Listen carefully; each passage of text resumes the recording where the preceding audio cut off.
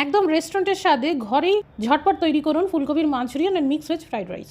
ফুলকপির ফুলগুলোকে ডাঁটি রেখে আলাদা করে নিন, লবণ দিয়ে গরম জলে একটু ভাপিয়ে নিন, তারপর 3 চামচ কর্নফ্লাওয়ার পাউডার মাখিয়ে রেখে দিন। একটা পাত্রে 3 টেবিল চামচ ময়দা, 2 চামচ কর্নফ্লাওয়ার, আদা রসুনের পেস্ট, 1 চামচ কাশ্মীরি লঙ্কার গুঁড়ো, হলুদ গুঁড়ো কালারের জন্য, লবণ সব একসাথে মিশিয়ে ফুলকপিগুলো মাখিয়ে নিন। এবার ছাঁকা তেলে সোনালি বাদামি করে ভেজে নিন। পেঁয়াজ আর ক্যাপসিকামকে এবার বড় সাইজ করে কেটে নিয়ে জাস্ট হালকা করে একটু ক্রাঞ্চি ভাব রেখে ভেজে নিন।